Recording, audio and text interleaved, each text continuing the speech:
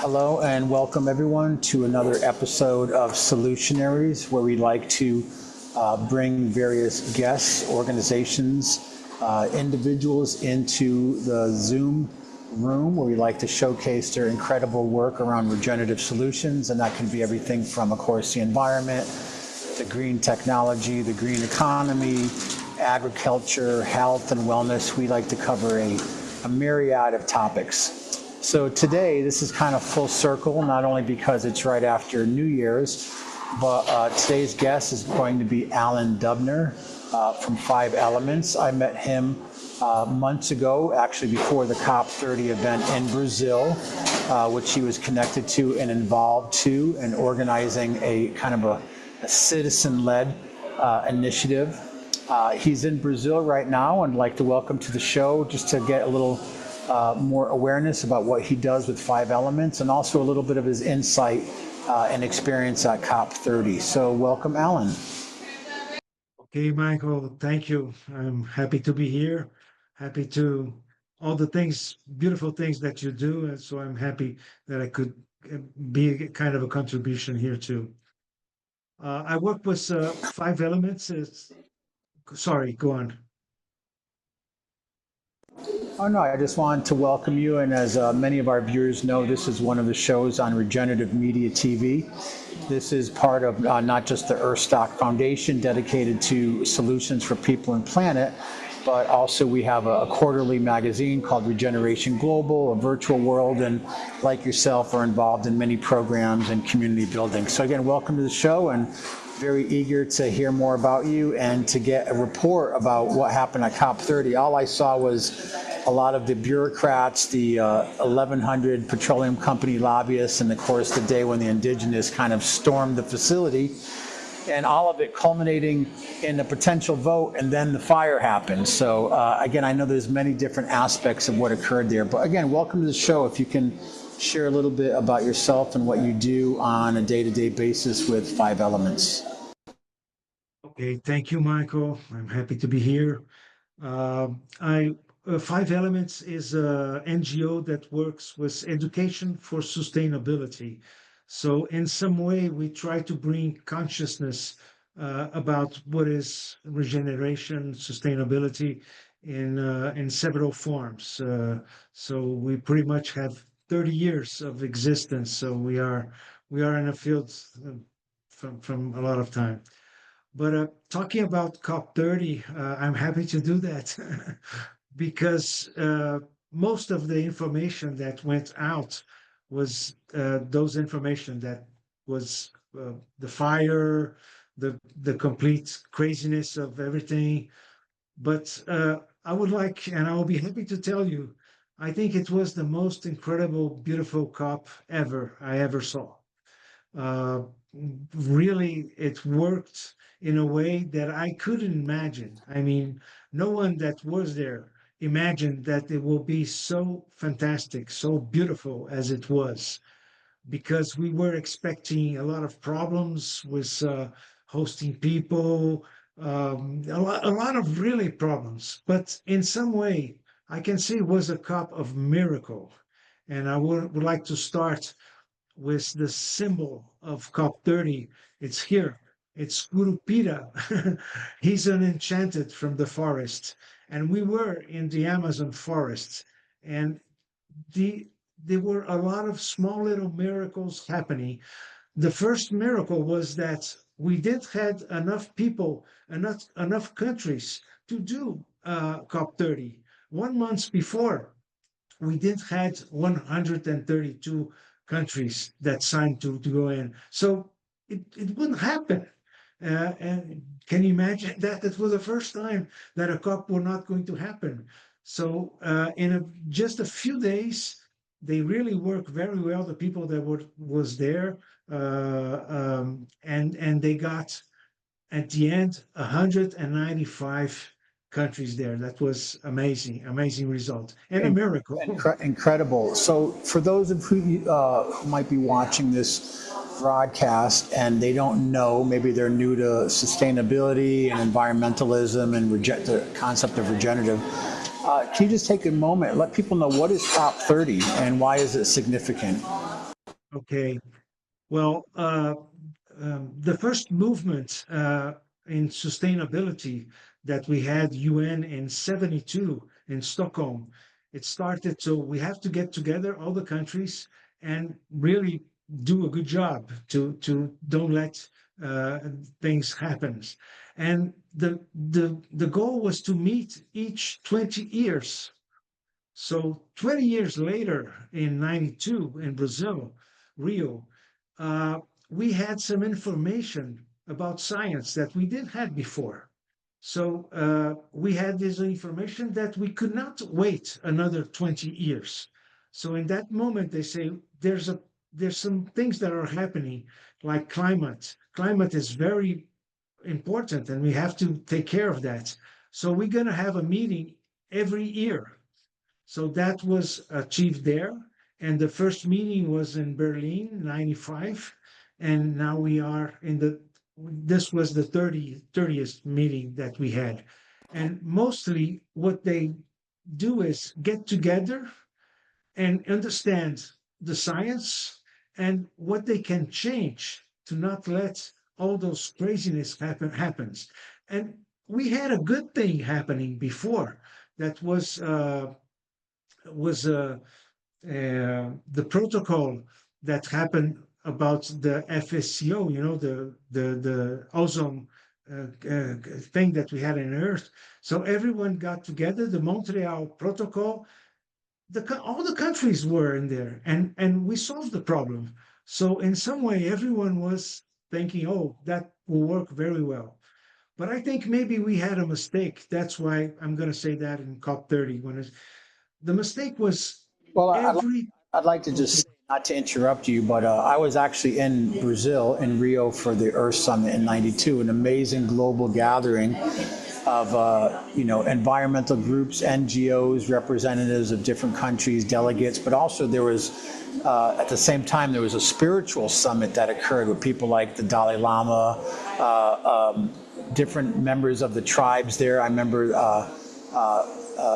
representatives of the Shavanti, the Yanomami, the Kayapo, and of course, I know a lot of people know of this one indigenous elder because he worked with Sting for a while, bringing more awareness about some of the Amazon issues. I don't remember his name right now, but it was an incredible zeitgeist moment of the world getting together to kind of save humanity from itself, our bad decisions, the broken old paradigm, extractive mentality, and ecologically and spiritually to move forward to preserve the planet for ourselves and for future generations. So that was really, like you said, that was a groundbreaking moment. It kind of propelled the COP, and now that brings us to COP 30 right now, that again occurred in Brazil.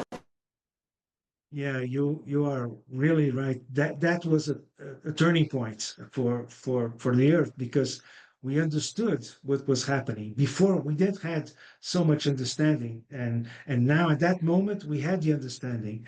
And I think feelings was like your feelings and my feelings and other was okay. We're gonna shift. We're gonna go to another place, but uh, uh, shift doesn't happen. Shift doesn't happen. Shift happens, something like that.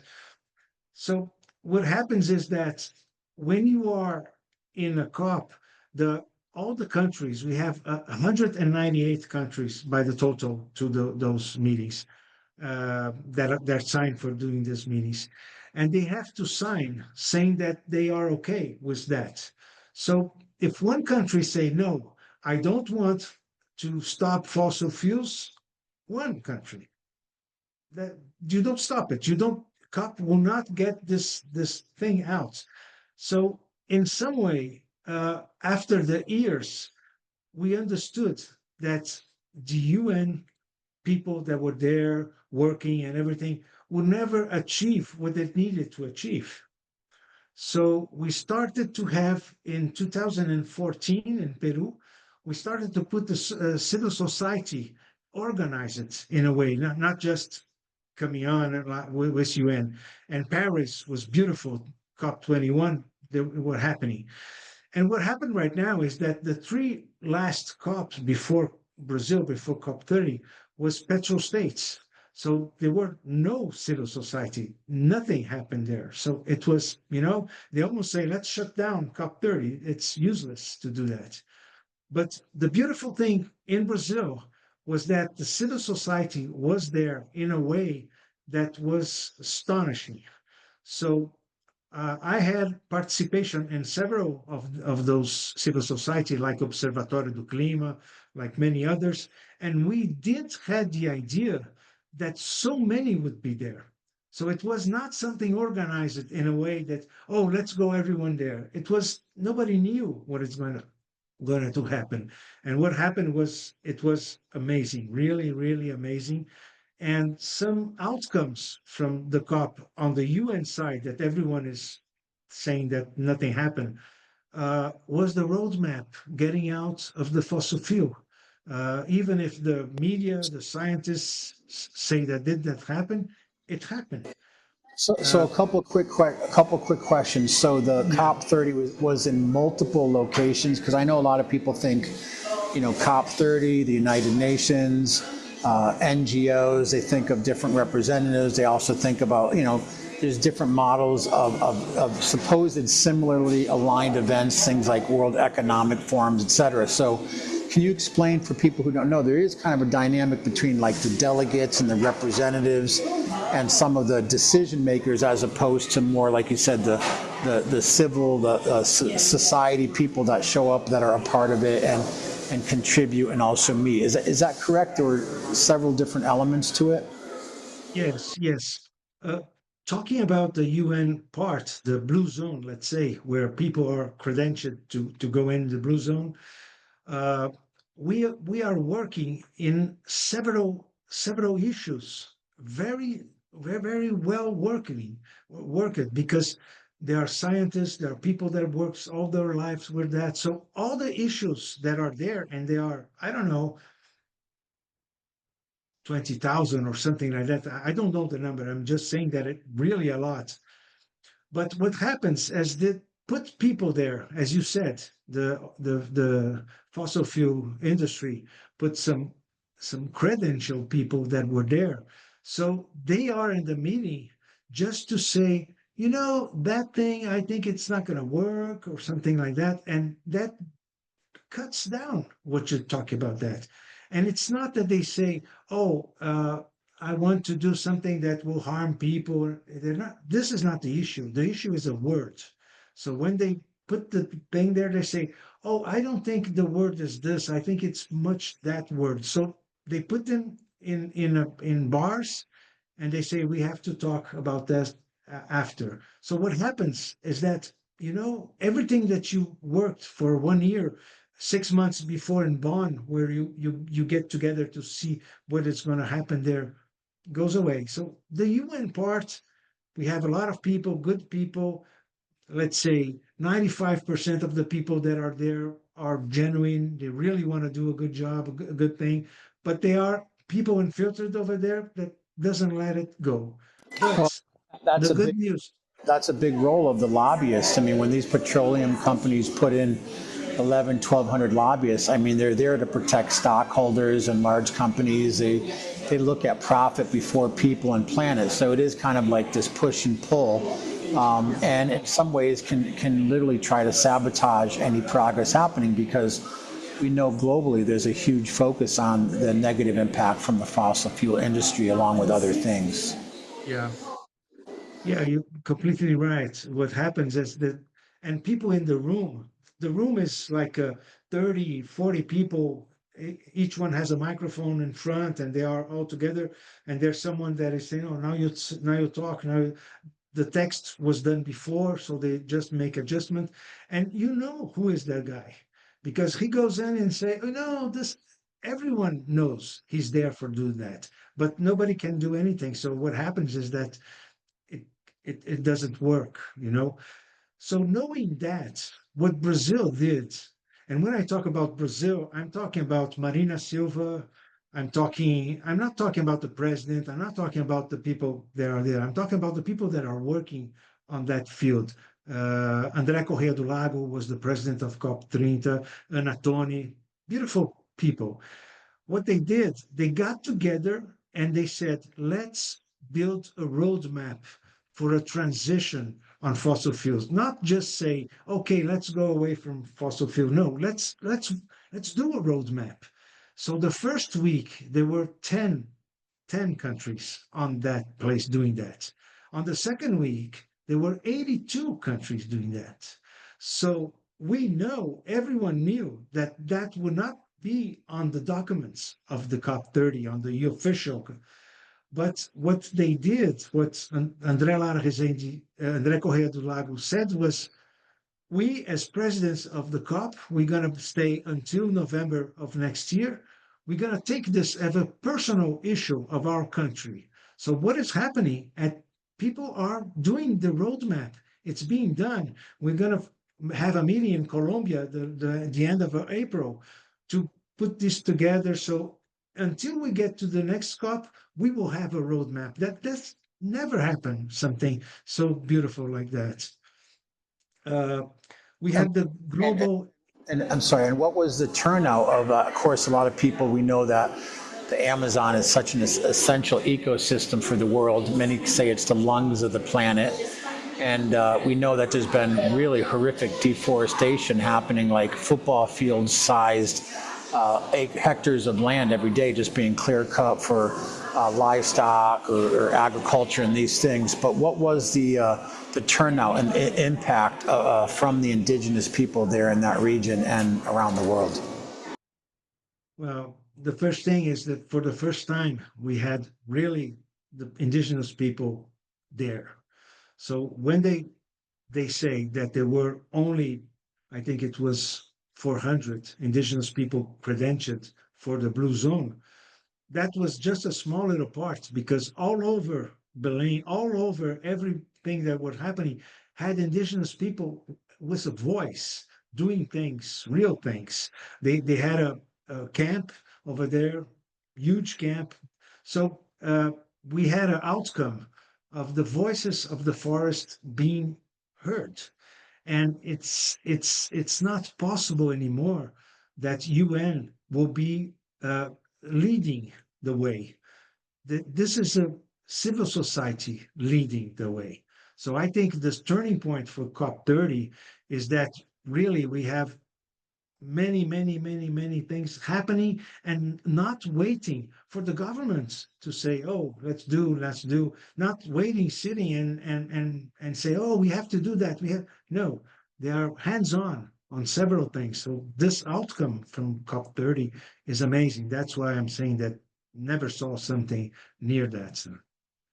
Well, that's great news, because I think around the world people are realizing more and more that we need to roll up our sleeves and get involved in solutions. We can't count on broken government and so-called leadership to do it, because a lot of them, to be frank, are stuffing their pockets with benefits and kickbacks from the petroleum companies, the pharmaceutical companies, the mining industry, a lot of these things. So that's amazing. I remembered his name. I met when I was in Brazil in '92 at Earth Summit. I met Raoni. That's who it was. He was one of the big personalities there who was talking about the impact. And again, really making sure that the voice of the indigenous, that traditional wisdom, the stewards of the earth for hundreds, thousands of years, was definitely heard and part of the conversation, not just the bureaucrats and, the nonprofits, NGOs, and environmental groups. So that's really great to hear. A roadmap was starting to be created. Yeah, that's beautiful. And in some way, we have Davi Kopenawa, indigenous leading. We have several important figures, like Raoni was the first one, and he really is uh, the guy that went everywhere to do those things. But now they are leading not as, oh, they are living in the forest, they know the forest. No, they are really leading the wisdom, what to do, how we can do that. And the scientists, like Antonio Nobri, I think he's one of the best scientists on Amazon and knowing on that. He's saying, we did a lot of research and we got where they were already thousands of years ago. So this is a good match. I think civil society in some ways really doing something that will overcome all those things, the money that they are putting in the media, those guys that they put in the meetings, I think this is the start of a turning point, of a change, we can feel this change coming in. Yeah, and we're at a point where people can no longer say climate change is fake, whether you believe it's a natural cycle or it's accelerated by our human impact. But I think we look around the world, the wildfires, the flooding, the desertification. I mean, there's no way to contest that the climate change is happening right now. Yeah. Michael, just want to say something that the media didn't talk about it. One of the outcomes that came from COP was the global ethical stocktake. Uh, this is a beautiful movement. They got a report that went out on that moment. But what is the whole world getting together and making their own initiative, actions to do things. Everyone can do that. So they build something that anyone can go in, and even if they're a small school or something like that, they get in together, they do things, they put on the site, and that will be done together. It looks like a seed. I mean, when you look, you say, "Oh, this is so small," but it's not. It's really going to be something really important. I think this is something everyone have to look Right. at it. At Well, it. well, well, we say in California, if you look at the huge redwood trees, some of them are, 700, 800 years, 1,000 years old, and go up hundreds of feet. Even that starts with a small seed. So, but we have to start somewhere. We can't just have visions and ideas and chat and pipe dreams and not give it the blueprint and the template. Absolutely incredible. Can you hold that book up? What was that book called? And is that available somewhere if people are interested? Yes, it's a report. So if you go to the website, you can download I think 5 or 6 different language, global ethical stock take. I think it's going to be one of the most important initiatives for the next year on the world. I would love to see it be a bestseller because more and more people need to realize that if you're not part of the solution, you may be part of the problem. So, Yeah, for and sure, again, for sure. yeah. So fantastic. We really appreciate the report there from Brazil and your involvement with COP30. Before we go, is there any last thoughts or words of wisdom you'd like to share with people? Yeah, well, I would like to say that anyone can do anything. I mean, if you never have to say, "Oh, I don't have time, I'm this or that." A small little thing that you do, it's important because you get together. And now we have tools of this possibility. So I think everyone has to come together and do something and not just wait for the government or whatever they are waiting for. They really have to put their hands on and build the forest. The forest. This moment is the most important thing. Some people are only on carbon, CO2, and looking at that. The forest can do the job, and there are many places that need to come back. The forest regeneration. So regeneration is the most important thing to say. Thank you, Michael, very much. Yeah, and I say the regeneration generation extends all the way from the baby boomers and the indigenous elders all the way to the Generation Zs. This is really a global movement. It's not just like you said, something over here on the side. Everybody has to put this as one of their top couple priorities right now of how do we mitigate our destructive impact on the planet, even if it means like the household products we use, the politics of how we spend our money, what we consume, all of these things have impact. And with 8 billion people on the planet, it's easy to see without looking too far that, going in the wrong direction, making the wrong decisions will continue us on this path, like the Hopi elder said, of self-destruction.